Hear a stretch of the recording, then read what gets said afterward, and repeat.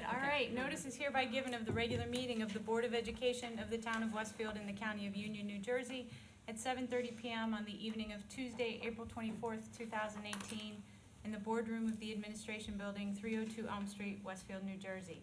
The purpose of this meeting is to transact the regular business of the board and to transact any other business to come properly before the board.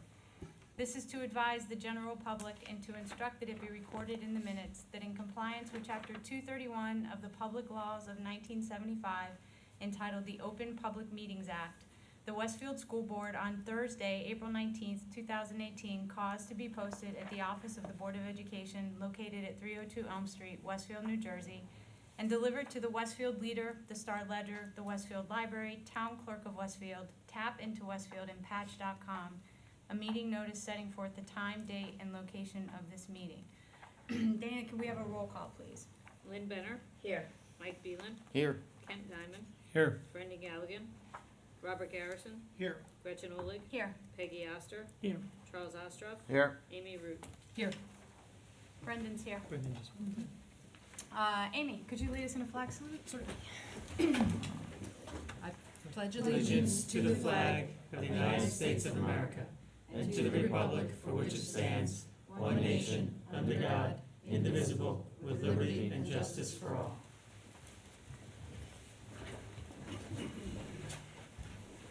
I'm going to start our meeting tonight, our announcements at the podium, which means something good is always coming, and tonight is no exception. So I'd like to at this time invite Greta Frontero and her HiZi advisor, Warren Hines, up to the podium.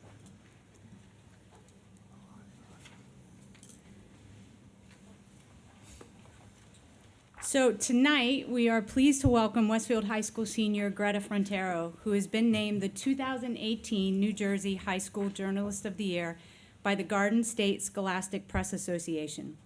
With this prestigious recognition comes the 2018 Bernard Kilgore Memorial Scholarship, a $5,000 scholarship awarded from the New Jersey Press Foundation. Greta's investigative reporting for the HiZi in January on teenage use of the USB-shaped electronic cigarette called the Juul recently caught the attention of a New York Times reporter. The reporter interviewed Greta for the article on the topic that ran in the Times on April 7th and called Greta's HiZi account, quote, a true gem of reportage. And between you and me, I kind of think her article was better than the Times, but that's neither here nor there. I'll quote something that Dr. Dolan said when the news of Greta's award was first announced. In today's climate of instant news, responsible journalism remains more important than ever. So we as a board are proud to recognize Greta and the great work she does and recognize her as the 2018 New Jersey High School Journalist of the Year. So congratulations.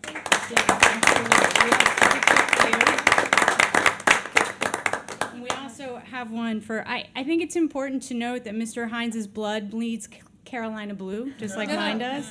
He's a fellow grad of UNC, but we have this for you. And I think we want to ask you to say a few words about Greta, please. Thank you all very much for having Greta here, and also for Dr. Nelson and Dr. Jacobson for being here as well to support Greta and to support our school newspaper. Many of you know that HiZi has been here in publication since 1935. It is such a deep and traditional part of Westfield public schools. We're used to winning awards, the sort of national awards for our work as a whole. What is unique here this year is that we have an individual winning such an important award for her work. Now, Greta would tell you that what she is winning for is just a representation of what the entire staff does every day. And on one level, that is certainly true. On another level, though, however, Greta really gets what journalism is about, and she goes after it in a really big way. And so this story that she took on was something that one of her colleagues had started reporting about last year, and she followed up on it. And it's a story that many of her classmates didn't want to be covered. And, you know, the things that people don't want to hear about are oftentimes the things that need to be written about more. And she knew that, and she was willing to take what came with it. Now, when you walk into, your kitchen, as I did a few weeks ago, and you pick up the Sunday New York Times, and there's not only a HiZi, reporter quoted, but part of the story is quoted. And then if you look at the story online, there is a link to Hi Zai from nytimes.com. That, ladies and gentlemen, does not happen every day. Yes. And that is completely Greta's doing, and we are just so proud of her. She will be receiving her award on Thursday at a ceremony in Hamilton that her parents and I will be joining her at. And we're just really, really proud, and thank you for taking the time to honor her as well. We're proud Thanks. to. Thank Thank you so you. much.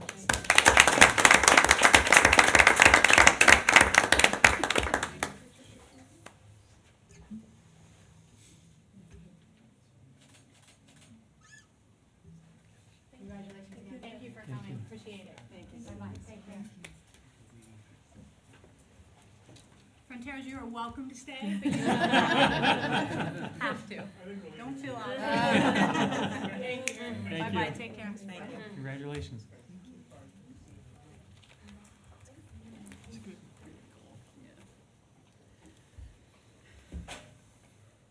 You can go too if you want. It's okay. Sorry.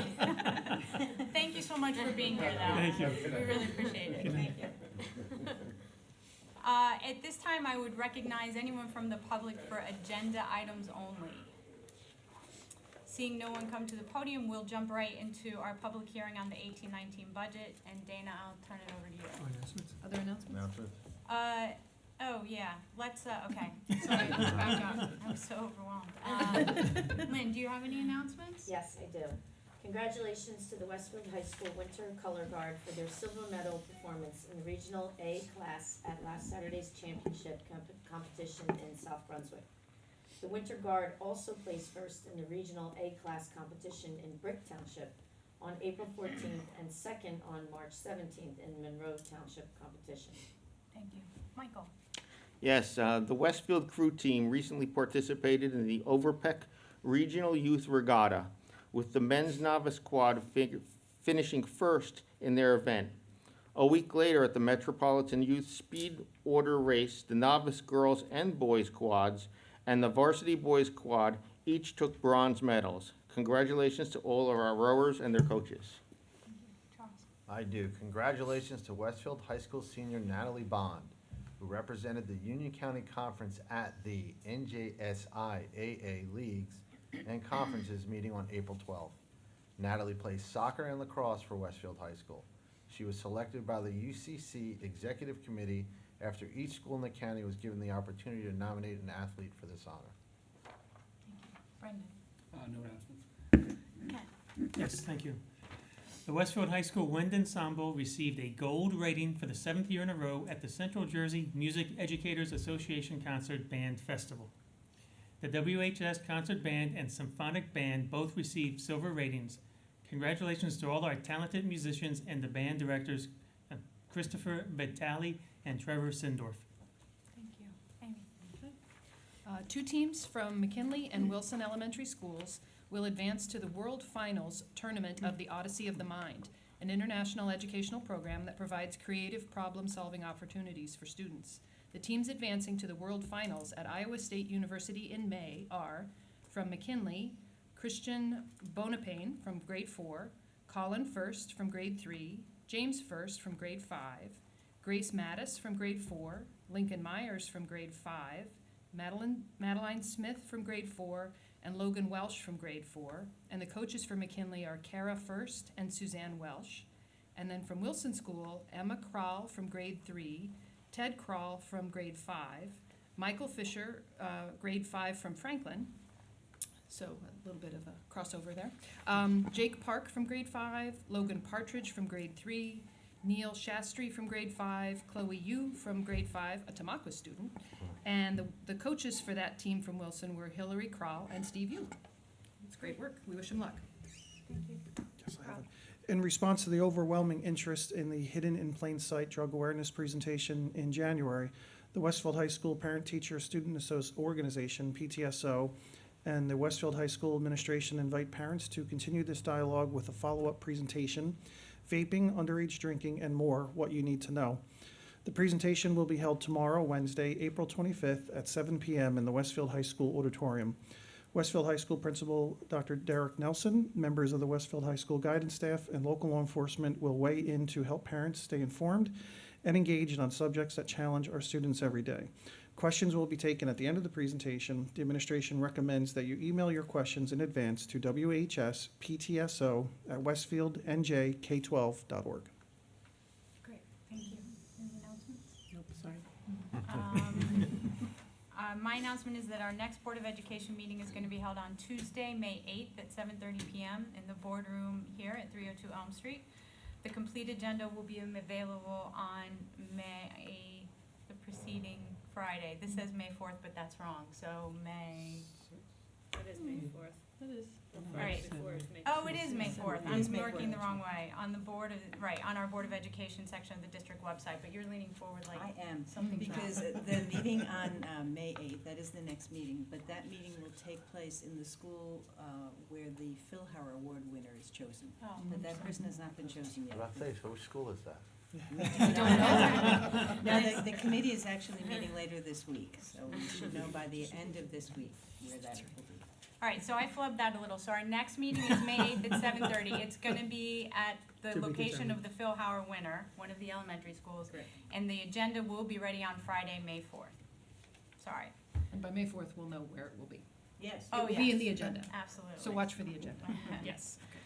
All right, Dana, we are all eager for this budget presentation. So, we've been talking about the budget now for a couple of months. The budget that you approved on March 19th was a tentative approval at that point, was submitted to the county superintendent. They have now reviewed it and approved it. The budget was advertised in the Westfield Leader on Thursday last week, as we're required to do. And tonight we are presenting to you the final budget, which we will adopt this evening and then transmit to the state. So just to go through a summary of what we have, the revenue portion of the budget, for the operating budget, it's about $106 million. As you know, almost 93% of that is from local tax levy. We did get a little bit of an increase in state aid for this year, or for next year, which we are happy about. We also have budgeted an increase in other revenue, which is mostly due to interest. And we're able to budget that increase because we have money in reserves, both capital reserve, maintenance reserve, all three, and an emergency reserve. So we've been able to increase our expected interest income. And so our revenue total is, again, $106 million for the operating budget. The state aid that we received in 17-18, our basic state aid was $4 million. In 2018-19, that will increase to $4.5 million. We did budget this money, as you know, mostly in security as well as technology. Because the state budget is not final until June, or sometimes even a little later than that, we're not, there's rumors and things going on at the state level that possibly that money will be, that budget will be changed and these figures may change. We did see that happen this current school year. We were lucky to get an increase, but some school districts did see a decrease during the summer. So we will not use that money until we're sure that it's set and that we have it. And if something changes, then we can just simply not make the purchases that we had planned to make with those funds. The state aid as a percent of the total budget, you can see back in the early 90s, we were receiving about over 8% of our budget from state aid. In 2010, that hit an all-time low of 1.4%, so we almost lost all of our state aid. That has been slowly increasing, very slowly, and we are up to 4.4%. The governor's plan is to increase that over the next 3 years, so whether or not that happens, who knows, but if it does, obviously that'll be a good thing for the district. At that same time period, our enrollment has increased dramatically. So back when we were getting 8% of our budget in state aid, we only had 4,300 students. We hover around the 6,300, high 6,200s to 6,300s, and we have for the last number of years. So we've seen a huge increase in enrollment while our state aid has gone down. The goals for the budget this year were to maintain district programs at the level of excellence, to continue our commitment to technology, to deliver a responsible budget to the taxpayers within the state's adjusted cap, to continue using fund balance as a revenue in the amount of $750,000, and to consider funding for wellness and student safety. So our academic programs, as I said, we did get an increase in state aid. So that, along with the fact that we have been able to budget minimal increases in health insurance due to our self-insuring our plan, we've been able to maintain all of our programs that exist in the schools, and actually have added some things to the budget that will help us to continue our academic excellence. So on this slide, I'm not gonna read it to you, but you can see that we continue to have students excelling, and we obviously just had a demonstration of that earlier this evening. And with this budget, we will continue to be able to provide the excellent education that we have done in the past. We will continue to keep technology as a priority. About half of our funds designated for technology are going to invest in equipment and infrastructure, to cost of about $831,000. And another $870,000 will go to recurring costs, which are largely licenses, software licenses, and internet service. The next goal was to deliver a responsible budget to the taxpayers within the cap. We are actually $69,000 under the state adjusted cap, so we could have actually increased the budget more. With this budget that we're presenting, our tax rate increase to an average homeowner is 1.7%. So that's it for the school taxes only. So we are under 2% on our increase. Our tax levy is going up 2%, but the tax rate is actually going up less than that because our rateables in town have gone up during the last year. We continue to spend less than the state average on our cost per pupil. This graph shows Westfield compared to a number of other districts similar to us, some close by, some a little bit further away. You can see the state average is $14,940. Our cost per pupil is $13,284. And if you actually take that difference of $1,400 roughly and multiply that by 6,300 students, that would be a huge increase to our budget if we actually spent what the state average is. Continue to fund to budget $750,000 of fund balance as revenue. You can see back in 2012-13, we were using $1.4 million in fund balance as revenue each year. The board at that time wanted to reduce our reliance on fund balance, but since we can never really be sure that we're gonna generate fund balance every year. It's largely dependent on health insurance. So we have reduced that to $750,000, and any other fund balance that's appropriated, we've deposited into reserve accounts, which will be used in the future for upgrades to our buildings. And consider funding for wellness and safety. We are adding a counselor at the elementary level. We are gonna add 2 school resource officers, which will be focused mainly on the intermediate and elementary schools. That is actually a shared service, or will be a shared service with the town. Our current SRO operates that way. We pay a portion and the balance is paid by the town. The plan for both of these additional resource officers would be the same, where we would contribute a portion of the salary and the remainder of the salary and benefits would be paid for by the town. And school resource officer would be an employee of the town. Is the town willing to do that? We've had preliminary, we haven't come to a final plan on that, but we have had several discussions with them, and it's my understanding that they've included funds in their budget Okay, so for this as that's, well, right? okay. And they're presenting their budget this evening Tonight, as yeah. well. We also added a half of an athletic trainer. I believe we have 1.5 now. So this will make 2 full-time athletic trainers, and this has been something that has been requested for a number of years in the budget. And we haven't been able to fund until now, but with the large number of high school students involved in athletics, it's really something that we needed to add. So we were happy that we could add that for next year. So, again, we started this budget discussion back in December with the board. Superintendent and I and administrators have been talking about this since early November and planning for the budget. And we are at the final stage this evening, so hopefully the board will approve the budget tonight, and then we will send it to the county and we'll be set for the new school year. Are there any questions on the budget? Does anybody have any questions for Dana? I just have a comment. I think it's critical that we remember and for the public to understand that almost as soon as we start a new school year, Dana and Dr. Dolan start this process of looking at the following year's budget.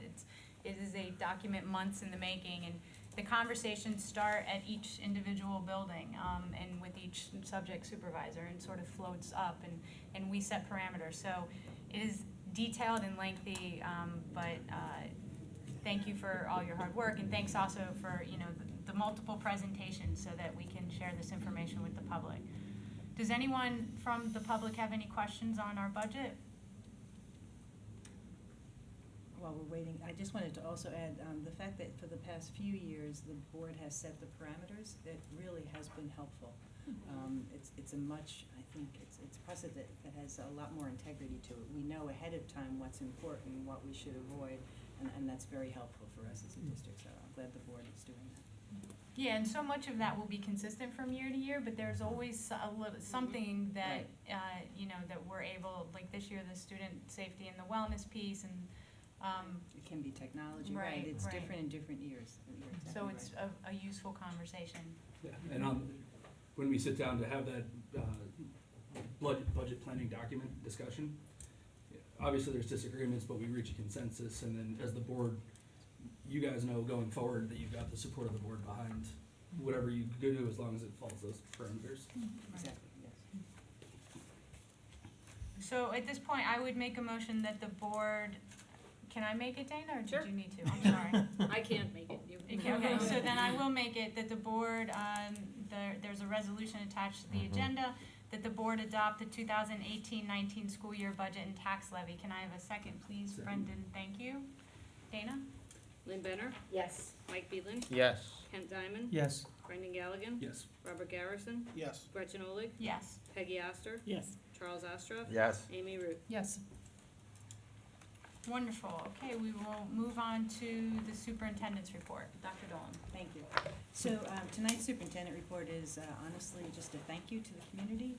Last year, we went to the community asking them to approve a bond so that we could renovate our auditoriums in Roosevelt Intermediate School and Edison Intermediate School. And we appreciate the fact that the board did support that. It's been a good process. We had a lot of input from people at different levels, and we wanted to summarize that process and also give people who haven't had the opportunity to see the auditoriums a chance to see them. We had a number of people attend our grand openings for each auditorium, and we had students performing. They're great spaces, and the students are enjoying performing. But we thought we'd show you a video, right on cue. Sorry. Just playing you off. Yeah, exactly right.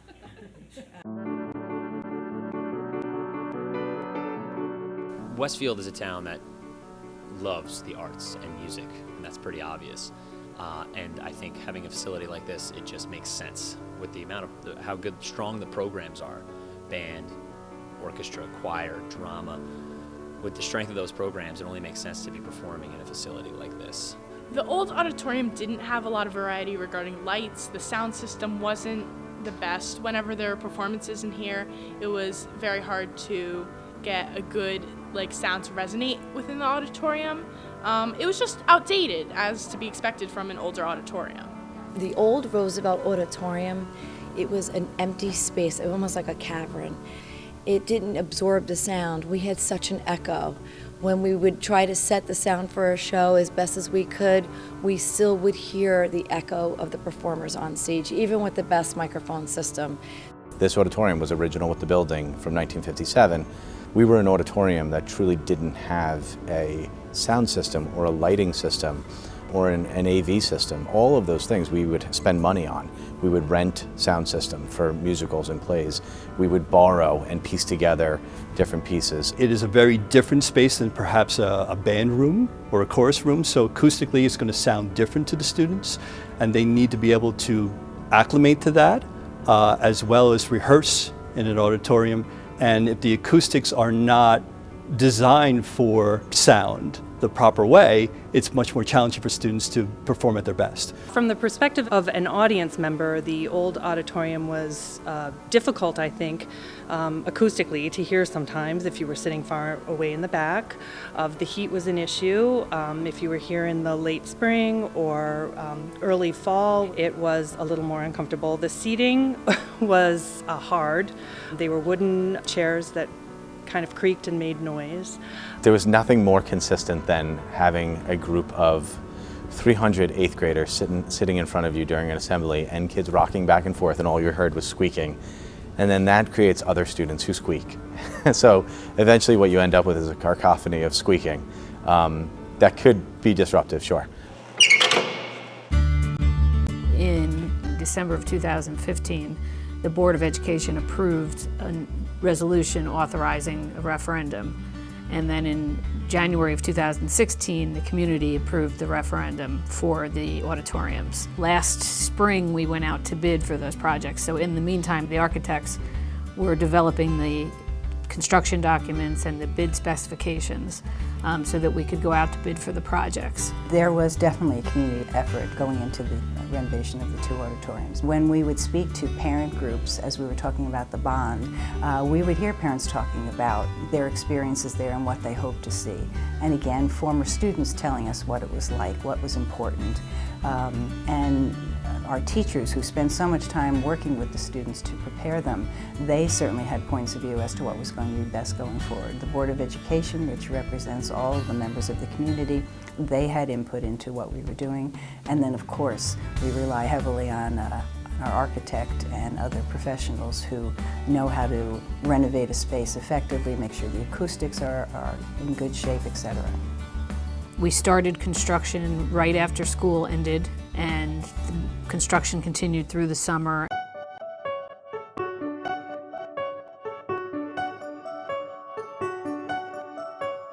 So what's new is everything, essentially. I mean, to watch the evolution of this project was amazing. They came in June with a very clear plan, demoed the entire structure. I mean, they really did take it down to the bare bones of the room. They started in the fan room, which provides all of the fresh air, and installed central air, which is a beautiful new feature. Then they ripped up the floors, and they ripped out the walls, and they ripped out all of the curtains and the rods that the curtains hang on, and everything that you see is brand new. So the new Roosevelt Auditorium, we have a new enhanced sound system. Our lighting, we have new LED lighting. Our seats are new and comfortable and padded. We have new carpeting. And the paneling is new, so it has a whole new look, and it is much more high-tech than it was in the past. Some of the features that I think are really great, I would start with that we have projection capabilities. We have an automated screen, so it makes our presentations and our assemblies for students much more technologically advanced. We have the LED lighting that doesn't get as hot and it works better for our electricity use on the stage. We used to have an echo in here because there wasn't a lot of soft surfaces, nor was there the acoustic paneling, so the acoustics in the new auditorium are much better now. Having the band play in a space like this, everything was just clear. You know, you could hear every part, every articulation, every attack, every release, the changes they made, all the music they were making wasn't getting lost in the corners of the room. They have state-of-the-art, beautiful equipment now. Not only are these students learning, they are programming and running the show here at Roosevelt. They're learning how to hang, focus, and design the lights. It's amazing to see 6th, 7th, and 8th graders producing and running a show. Legally Blonde went off without a hitch. The sound was 100% better. The balance between the pit band and the students singing on stage was really crystal clear, and all the reports that we got from the audience, especially people up in the balcony and in the last rows, was that they could hear every word and every note. So we were really quite pleased with how the sound progressed in the renovation. I don't have to worry about directing in a way that I'm dealing with the crutches of the old auditorium. For example, I would block scenes where I knew kids couldn't stand because there were dead spots in the lights, or you couldn't be heard if you stood in a specific spot. Now I have the freedom to pretty much use the entire stage. To be able to put on The Sound of Music and put on such a classic show and do it in such a way that the auditorium is going to enhance that show and make it even better, just makes me so proud. The auditorium is absolutely amazing. I mean, the acoustics are great, the technology is great, the lights, the sound. It makes you want to like sing louder and be more expressive of your voice. Like when we were singing in the chorus room or something, it sounded great, but then when you get into here, it sounds amazing. And I think that inspires me to sing even more. It's really so shocking to see how much it can change over such a short period of time. The quality of the sound, the lighting, everything, it's much more professional and it's so much better, and it definitely enhances the experience. I thought the new auditorium looked really, really amazing. It was very clean. I feel like I could hear everybody. I think this auditorium makes me want to work that much harder because seeing it and being in it just makes me feel really good, and having this space to learn and improve is really amazing.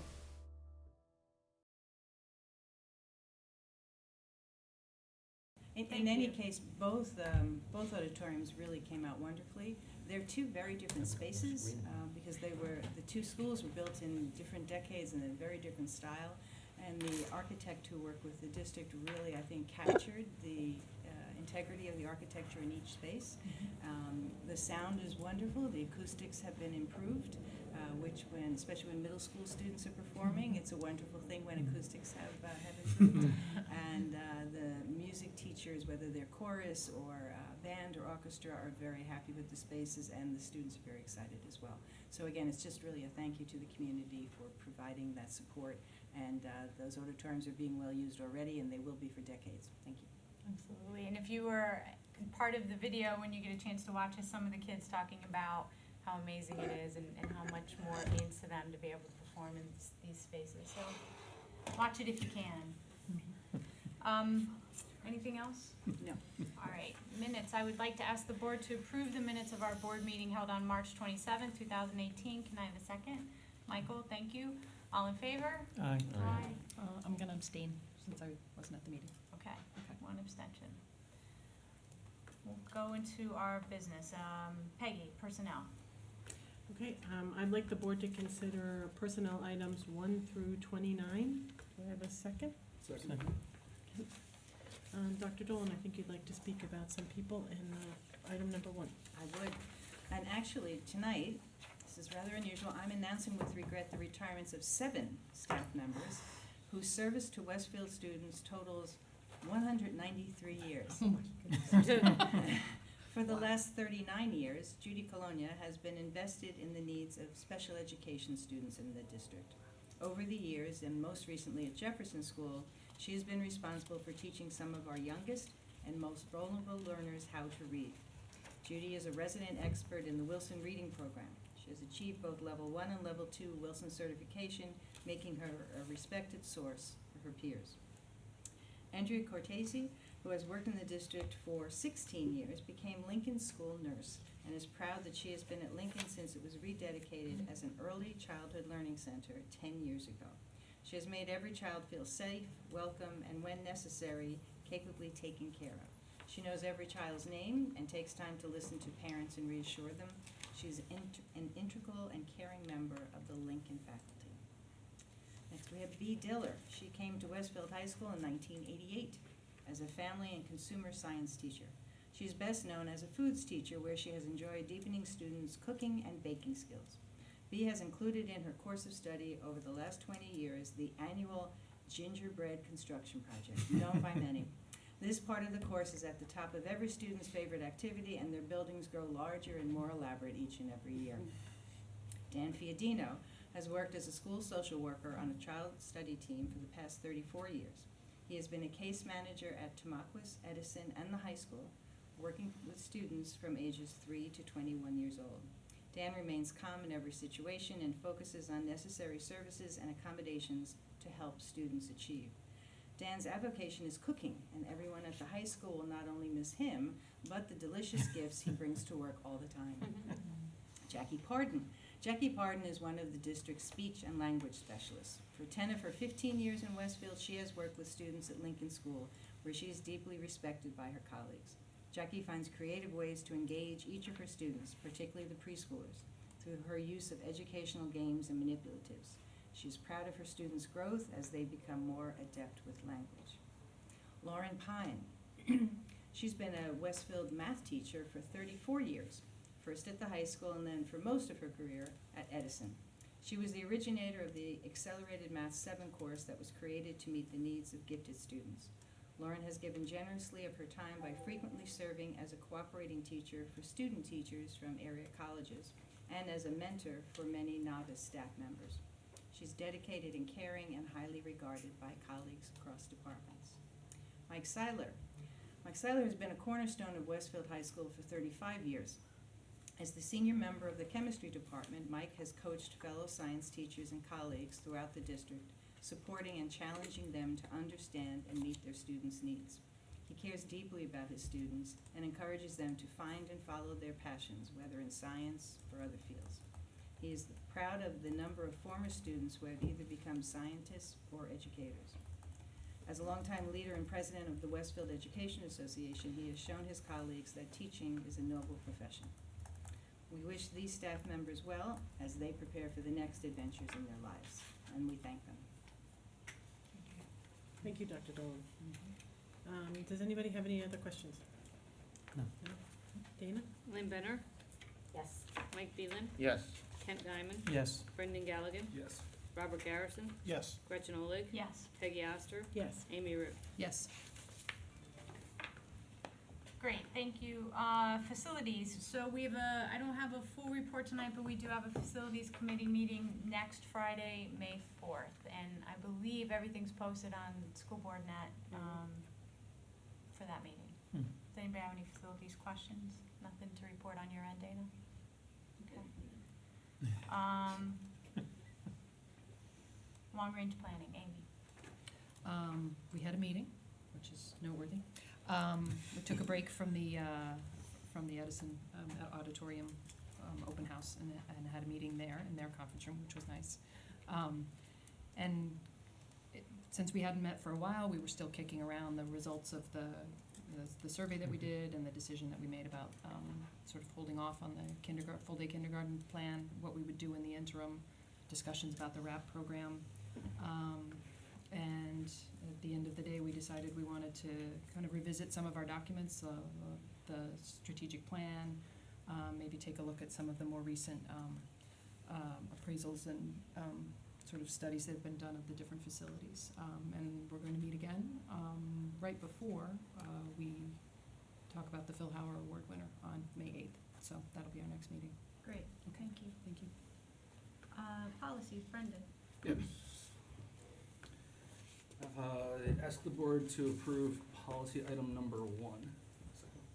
Thank you, Ken. This is the second reading of the revised calendar for 2018-2019, as we approved in the March 27th meeting. Any questions, comments? Do you just want to remind us what this change was? The change was a professional development day. We were allowed to do a professional development day on Columbus Day due to a change with the teacher's contract, which allowed us to free up an extra snow day later in the year. Great, okay. So for most people in the district, it means the kids will be having a 4-day weekend in February, right? If there's no Correct. snow. If there's no snow, right. That's correct. Specifically, President's Week? President's Weekend, schools will be closed on the Friday before President's Day and President's Day, so it's Okay. a 4-day weekend in February next year. Got it, thanks. We got spooked by this year's weather. But Wouldn't be. the schools were closed to students that day anyway, correct? The Friday before? Yes. Yes. Okay, so there's no Yes. change to the calendar. The- In For the kids. For the kids. The instructional calendar for students. Right. So originally they were also off on the Thursday. Oh, Right. Right? Yes. But that was because that was a professional development day, but that Yes. was the day that was moved to Columbus Day. Okay. So whereas this year, for example, I believe the students had a 5-day weekend. Mm-hmm. Right? Mhm. Next year, it's a 4-day weekend. Right. So that's the change. Right. But it will allow that extra snow day, which is very important. It brings us up to 3, which is what Especially we after typically this. try to have. Yes, yes, brings us up to 3 is great. Did someone second that? Ken did. Lynn Benner? Yes. Mike Beelan? Yes. Kent Diamond? Yes. Brendan Galligan? Yes. Robert Garrison? Yes. Gretchen Olig? Yes. Peggy Oster? Yes. Amy Root? Yes. And I ask the board to approve policy item number 2. Second. Thank you, Rob. These are second readings on policies, again, from the March 27th meeting. Lynn Benner? Yes. Mike Beelan? Yes. Kent Diamond? Yes. Brendan Galligan? Yes. Robert Garrison? Yes. Gretchen Olig? Yes. Peggy Oster? Yes. Amy Root? Yes. That's it. Okay. Curriculum, Michael. Yes, we haven't had a meeting since our last meeting, but we have a curriculum meeting scheduled for this Friday, the 27th of April. We do have one item on the agenda, ask the board to approve the district field trips, which were in the attachment. Have a second? Second. Lynn, second? Lynn Benner? Yes. Mike Beelan? Yes. Kent Diamond? Yes. Brendan Galligan? Yes. Robert Garrison? Yes. Gretchen Olig? Yes. Peggy Oster? Yes. Amy Root? Yes.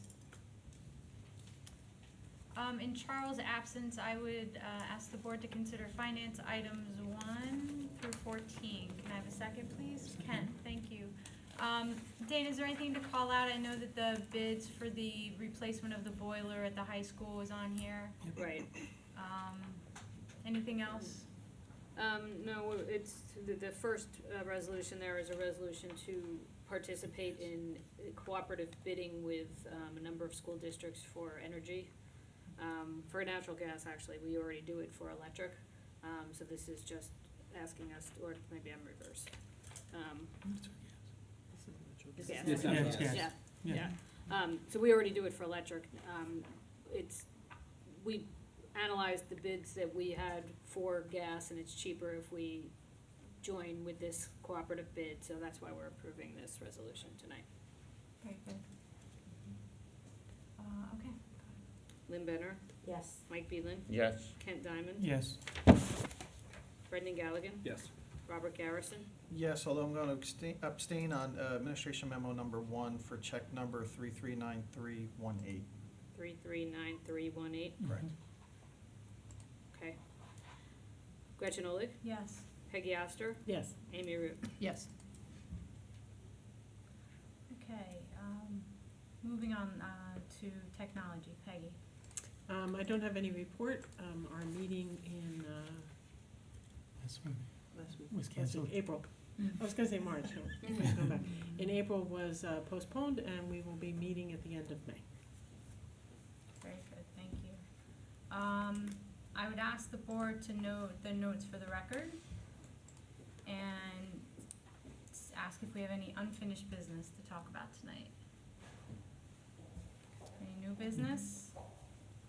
Liaison reports. Any liaison has any, no? I thought with spring break we all were sort of, I make one note, although I missed the meeting, the Wilson PTO did meet on Friday of last week, and they did elect a new slate of officers for next year. So there's a Very good. whole new group of folks in there, excellent. by choice. By choice. The best option, Amy. And I just wanted to add that last Friday, the Parent-Teacher Council hosted a Crossing Guard Appreciation Day at Town Hall in the morning, which was, it's an annual event, but it's always really nice to be able to see the crossing guards up close and in person when they're not waving you through intersections. And but it was really nice. The mayor was there, and many administrators from our district were there as well. A number of principals were there.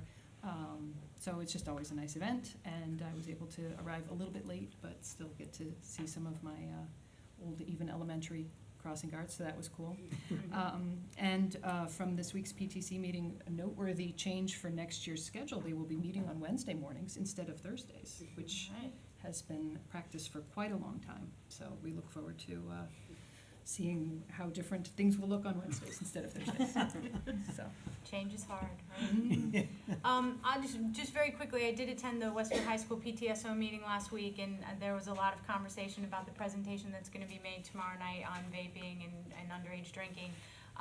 The initial, well, they're not linked, but the presentation that sort of prompted the second one on Hidden in Plain Sight was extremely well attended. Standing room only, and rumor has it that there were Scotch planes and Cranford people who came as well.